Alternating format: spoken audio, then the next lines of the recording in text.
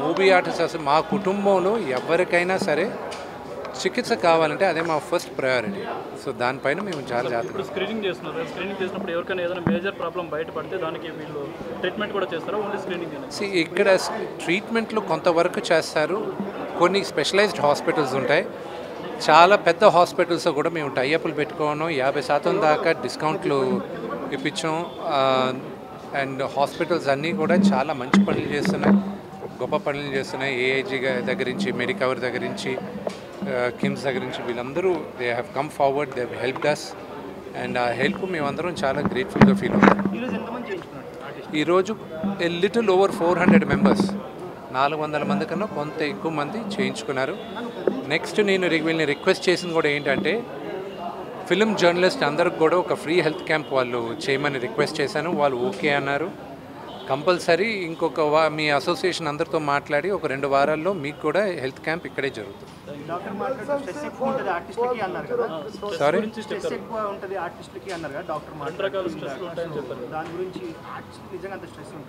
ఎందుకు ఉండదండి? ప్రతి ఫ్రైడే మా సినిమా రిలీజ్ అవుతుంటే మా నోట్లోకి వచ్చేసి ఉంటాయి. సో ప్రొడ్యూసర్లకు ఉంటాయి, అందరికీ ఉంటాయి. ఇప్పుడు ఏ యాక్టర్కి గ్యారంటీగా పని దొరుకుతుంది 365 రోజులు అనేది కష్టం. అతి తక్కువ మందికి ఉంటుంది పని. సో ఈ సినిమాలో నా పాత్ర బ్రహ్మాండంగా ఉంటే వచ్చే సినిమాలో నన్ను గుర్తించి మిగతా వాళ్ళు నాకు అవకాశం ఇస్తారన్న ఆశ ప్రతి ఒక్కరికి ఉంటుంది. ఆ స్ట్రెస్ ఉంటుంది. సారీ,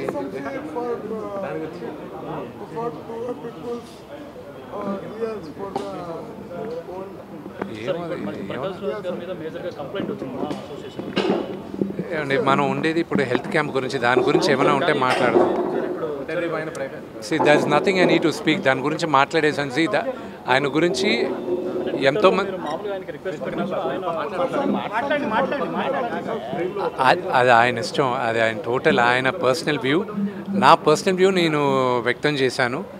ఒక హిందూగా, ఒక తిరుపతిలో ఉన్న ఒక నివాసిగా దానికి కమ్యూనల్ కలర్ లేదని నాకు గర్వంగా చెప్పుకోగలను.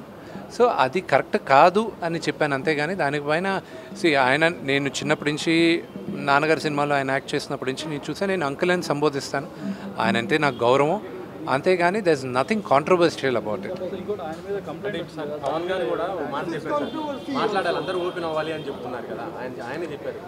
ఒకటి చెప్తాను, నటులందరూ అద్దాల మేడలో మేమందరం ఉంటాం. ఇప్పుడు నేను మాట్లాడితే ఒక వర్గం మీకు నచ్చచ్చు, అది మీకు నచ్చకపోవచ్చు. నచ్చిన వాళ్ళు మమ్మల్ని ఈజీగా టార్గెట్ చేస్తారు, నచ్చిన వాళ్ళు మాకు అవసరం ఉన్నప్పుడు వచ్చి సపోర్ట్ చేయరు. అందుకే నటులు చాలా జాగ్రత్తగా ఆచితూచి ఆలోచించి మాట్లాడాలి కూడా. ఈ ఇష్యూలో ఇంటర్నల్గా ఎంతోమంది మాట్లాడున్నారు, కానీ బహిరంగంగా వచ్చి మాట్లాడితే ఎవరు మనోభావాలు దెబ్బతింటాయి అని కొత్తగా అందరికీ భయంగా కూడా ఉంటుంది. సో అందుకు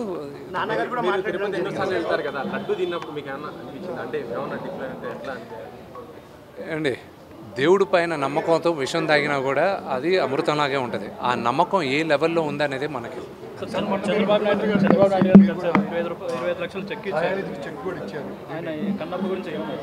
నేను కన్నప్ప గురించి మేము ఒక మేజర్ ఈవెంట్కి తీసుకొస్తున్నాం ఆయన రిక్వెస్ట్ చేసాం రావాలని.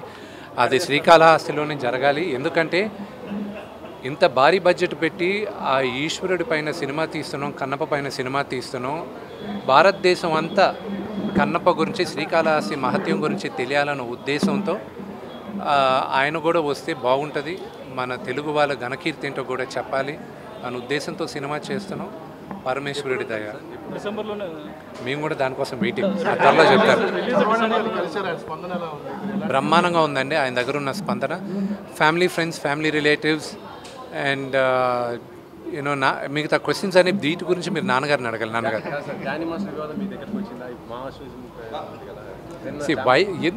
ఎందుకు నన్ను ఎందుకు కాంట్రవర్సీ చేస్తారు? దాని గురించి ఆల్రెడీ ఓవర్, దాని గురించి కోర్టులో చేస్తున్నారు. అది పోస్ట్పోన్ అయిందండి.